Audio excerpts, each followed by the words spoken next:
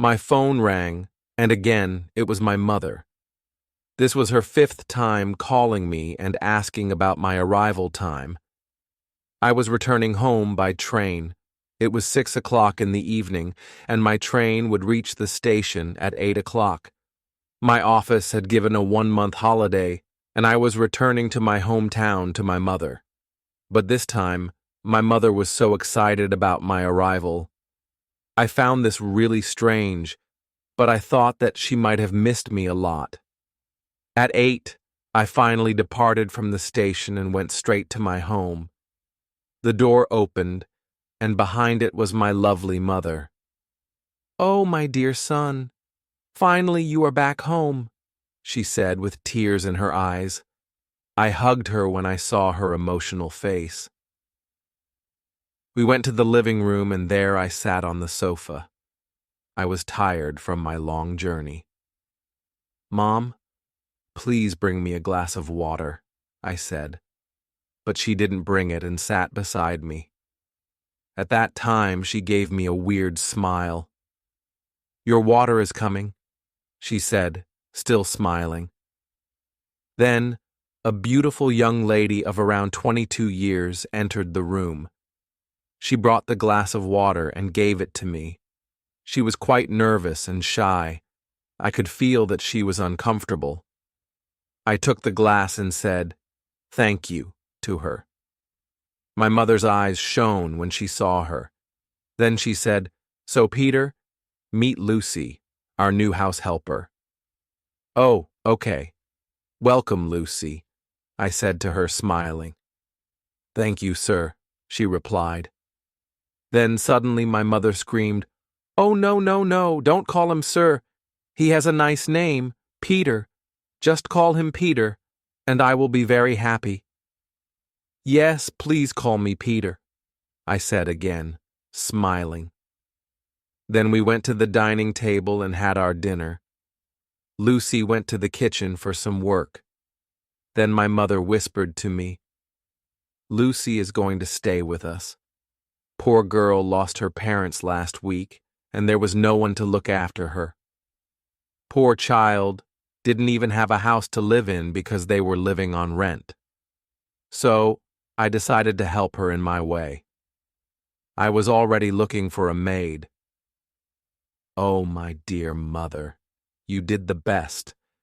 But you know her well, right? You know the youngsters nowadays, and having a complete stranger in our house." "I know she is not a stranger. I know her family well," said my mother. After our conversation ended, I went to bed. The next morning, I got dressed and went to the breakfast table. Lucy and my mom had prepared my favorite breakfast. My mother sat down with me, but Lucy was standing with a shy face. "Come, Lucy, let's have breakfast together," said my mother. "Yes, join us, Lucy," I added. She sat down beside me, then I looked at her closely for the first time. She had blue eyes just like mine. I really felt a bond with her. I was thinking about going to the market to buy some clothes for Lucy. "Ah, but you know, Peter, I am really tired today." "Can you go with Lucy?" said my mother. "Yes, I can go with Lucy," I said hesitantly. "Oh, lovely. You both can spend time with each other," replied my mother very happily. I didn't understand why my mother wanted me to spend time with Lucy.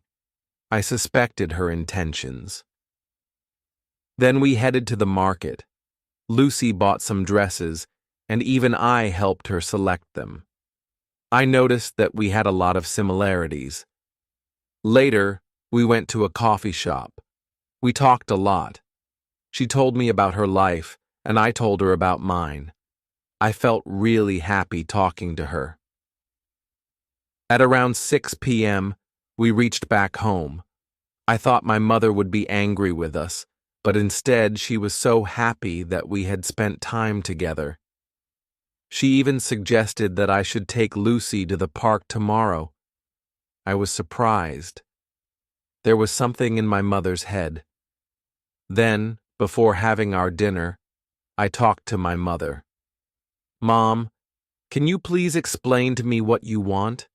I have noticed that you are acting weird these days. Why do you want me to spend time with Lucy? What is going on in your mind? I asked. I know, Peter, what you are thinking, but believe me, I really love Lucy, and I don't want to treat her like a maid. I just want her to feel like she is a part of our family, replied my mother. I didn't say anything after this. My mother clearly wanted to make Lucy a part of our family, and that was possible if she became my wife. Lucy prepared my favorite cake to thank me. After having it, we went to the terrace. We had a really special time together. We laughed and talked. Then, for a moment, my eyes looked straight into hers. There was silence.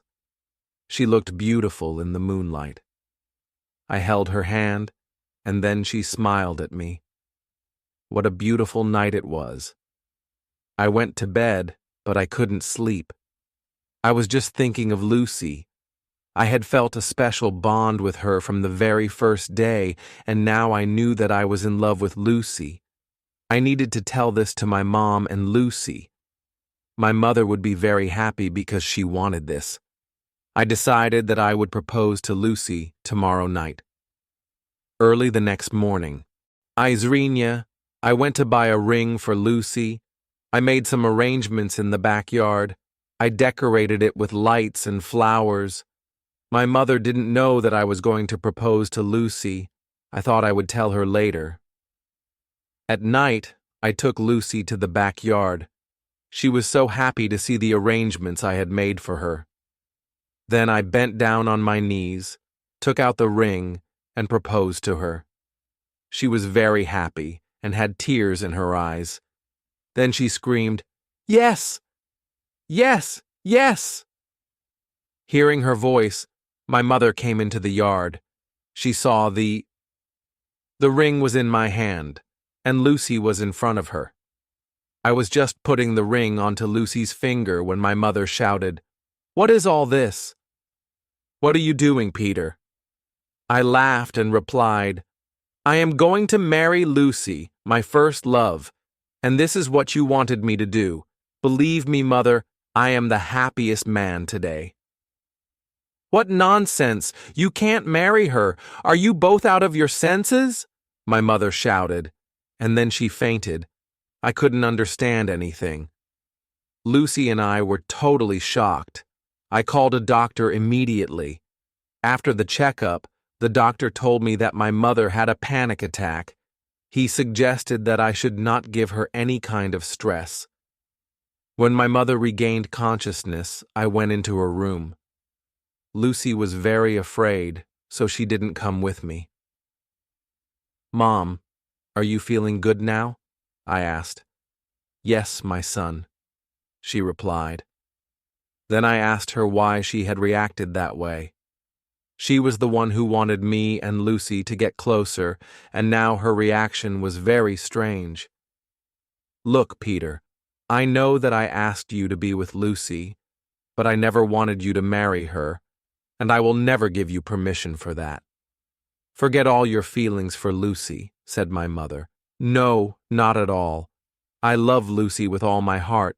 She is my first love, and she loves me too, and you also liked her so much. Then why are you against it?" "Please, Mom, understand me," I said. She didn't reply. She closed her eyes to sleep. The next day, when I returned from the market, I saw some guests in the house. A young, pretty woman and an aged lady were sitting with my mother. I greeted them and sat beside my mother. Then my mother said to me, "Look, this is my friend's daughter, Alex. Isn't she beautiful? I have selected her as my daughter-in-law." "What?" I shouted. "No, this can't happen." Then I turned toward those ladies and asked them to leave the house immediately. My mother was very angry at me for disrespecting the guests. How can you even think of marrying me to someone else? You know I love Lucy, I said. But I have already told you that you can't love Lucy, replied my mother. But why? Please give me a reason. Can't you see the pain in my eyes? I pleaded. I cannot give you a reason now. It's not possible, my mother replied. You have to give me a reason or I will take Lucy and get married without you, I said angrily. My mother started to cry. Then she said, Peter, my son, I love you so much. I cannot lose you. I don't want you to hate me. If you want to know the reason, then wait for my death. I was so angry at that time that I said something very terrible. Then die, Mom. I still regret saying that to my mother. After that day, I stopped talking to my mother. She was getting weaker day by day. She was always sick.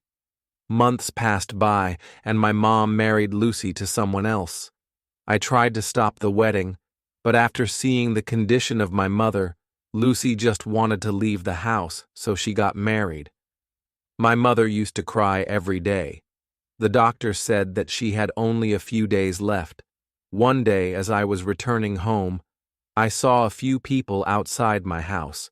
I was afraid. One man came forward and told me that my mother was dead. I rushed inside the house to see my mother. I felt as if I had lost everything. It was the worst day of my life. One day after my mother's death, I went into her room. I found a letter. It was written by my mother. I started to read it. Peter, I know you hate me, but I couldn't tell you the truth, because if you knew the truth, you would hate me more. I didn't hate Lucy. In fact, I loved her. She was like my daughter, and I wanted you to treat her like a sister, not a lover. But it's time for you to know the truth. However, I request you not to hate me after reading this letter. I was against your marriage with Lucy because she is your real sister. You have a blood relation with her. I had adopted you from a very poor family. I am not your real mother. But believe me, I have loved you like my own baby. When Lucy's parents died, I decided to take Lucy with us.